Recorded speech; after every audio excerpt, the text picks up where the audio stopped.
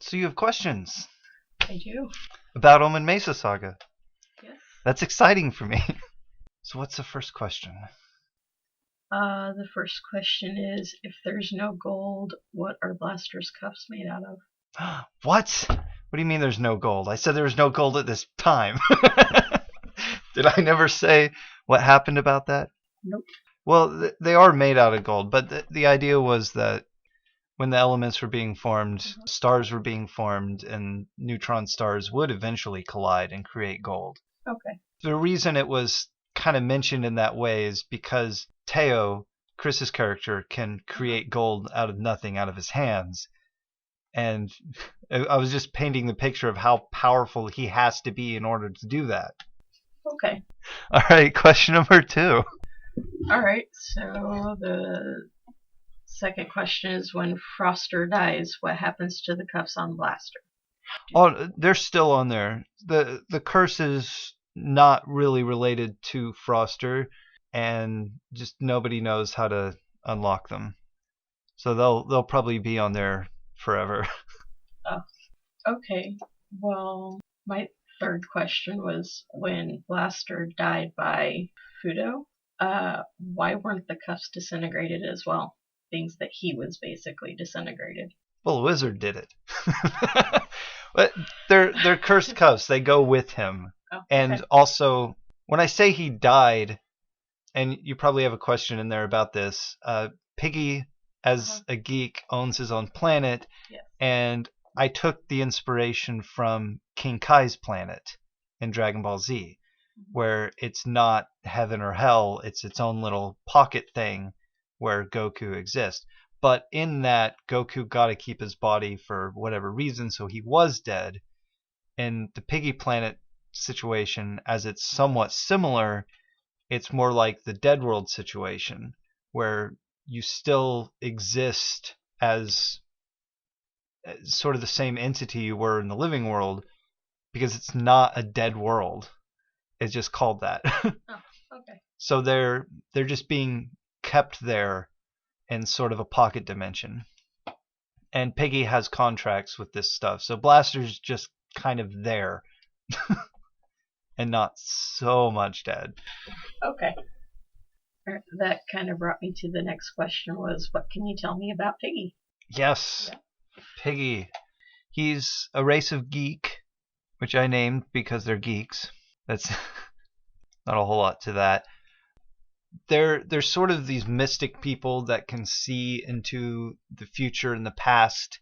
They're the ones who've discovered that time travel was possible, and it's because of their ability to see beyond and behind. And they also have a lot of magical powers, so they created all these items that they spread around to people throughout time and the universe that will unlock hidden potentials and powers within them. And Piggy kind of separates himself from the others, as the others don't find themselves inclined to help anybody other than these items. Of course, even then, these items are like kind of a troll because they don't just give people the items, but everyone knows they exist. So, and they've hid them to be given or found at specific times that only they know when that is.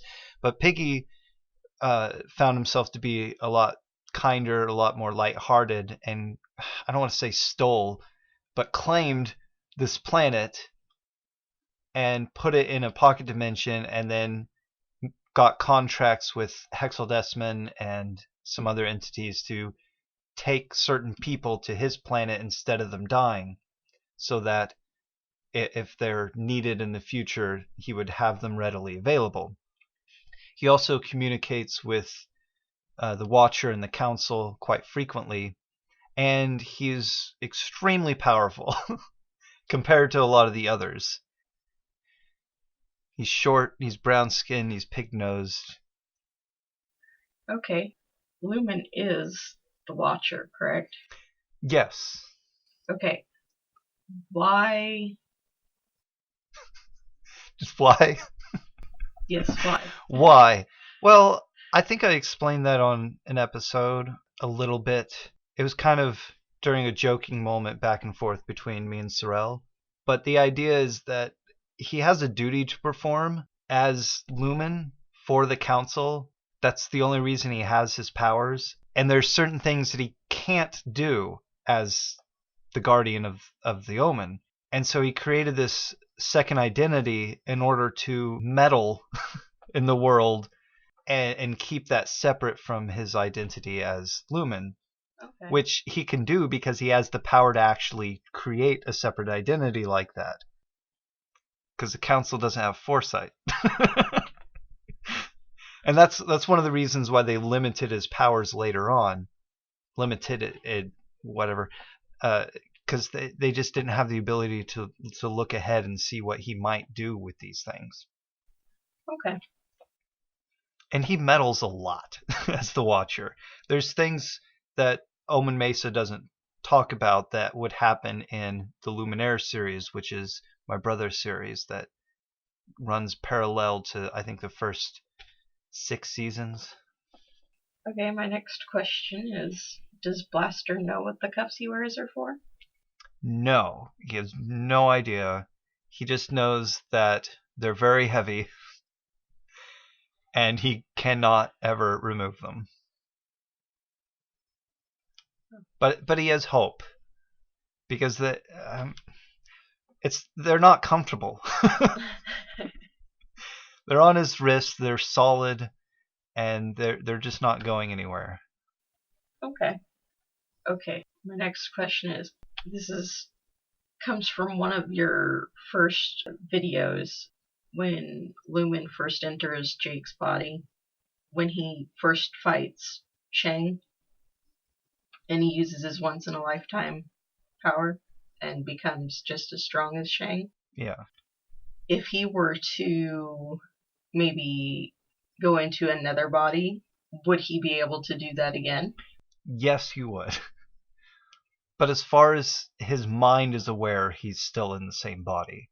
So he doesn't know he's in a new body. He doesn't know that he can do that again. So there's probably not going to be a chance that he'll try it until he dies again and is aware that he's died. But yeah, that's how that works. So,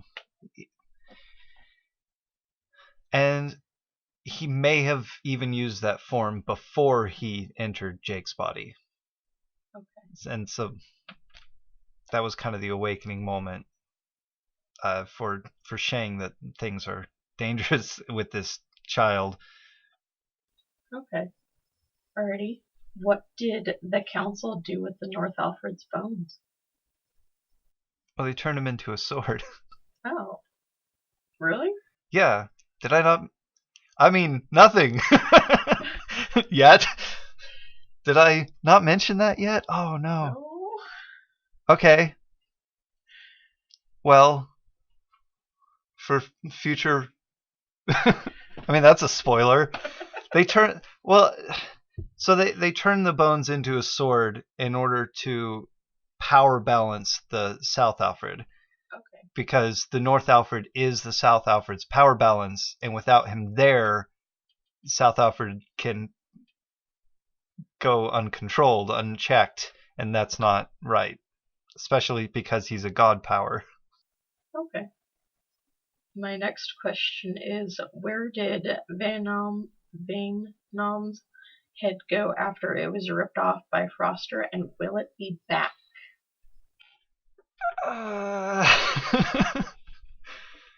Oh, do I even want to talk about that? I think that would be too much of a spoiler. Okay. Like, I already spoiled the... So this is Venom encased in stone. Is that happened when his soul got separated. Uh-huh. This symbol in the middle, supreme power, was used to separate his soul into all these different pieces. And it's really part of the Luminaire series and not part of the Omin Mesa series. Okay. He will be seen again, but only briefly in Omin Mesa. The Luminaire series expands more upon this because it is a major plot point and a big focus. But that is the same head. Okay. Okay, my next question is, can the geek make, or have they already made, a weapon that can kill anything or anyone in the universe? Well, I don't think everything can be killed by one thing. Uh, there's something similar to that effect, but not quite. It's not killing. The item that they gave to Hexaldesman allows him to pull people to his dead world, but he kind of passes that power on to one of his servants, Kamado Hashi, so it's not like you totally need to possess the item. But I don't think it technically can count as just killing everything because Alfred never goes there, and Lumen can never go there due to his own powers, even though Hexel owns the contract for Lumen's life in a shady deal, probably. And there's sort of a power balance that I made during one of the card games, which was a rock, paper, scissors situation with Lumen, Alfred, and the Masamune. So the Masamune should be the only thing that could kill Alfred. And the only person who could wield it in the card game was Lumen. And Alfred's the only person who could actually kill Lumen, like completely. So there was just this triangle of stuff. At the same time, I wanted to introduce Crystalla to this power scale, saying that maybe she could defeat the Masamune and she could defeat Lumen, but she couldn't defeat Alfred. It would be a stalemate. I don't know, something like that. Okay. Alrighty, and my final question is, when Shang got back from the dead world and you said that the contract was void, what do you mean by that? Well, Shang's a dirty liar. he he's really smart. He's a little too smart. He separated a part of his own soul in order to leave the dead world. He created a connection on the outside. So there's two of him in existence. One is in the dead world, one is out of the dead world. And that's sort of how he's able to use that mud golem like body to exist on the outside while he still exists in the inside. And that's not the same as the body that he's separated from himself. And he's tricked Hexaldesman in order to help him actually leave, because he's shown that he doesn't belong here. He's alive. And Hexel can't argue with that because the other him is alive. So he creates this loophole in the rules that says that he's been brought back to life, and so he can just walk out the door. And he's like, "Look, I've existed. I shouldn't be here.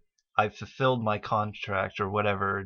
My time in here, and also I've been in here while I shouldn't have been." And it just creates all this. I don't know what to call it. It's I would just say loophole would be the best way to do that. Was that it? That's it. Wow. Somebody else had some questions too. I don't think I wrote them down. It's probably a friend of mine. Actually, I don't know where to find those either. They're not there. Okay. Well, I guess that's that. Thank you for joining me on this Q&A. And if anybody else has any questions, please feel free to leave them in a comment on the videos so that I can get to them in the next Q&A, which hopefully will happen. Thank you for your time.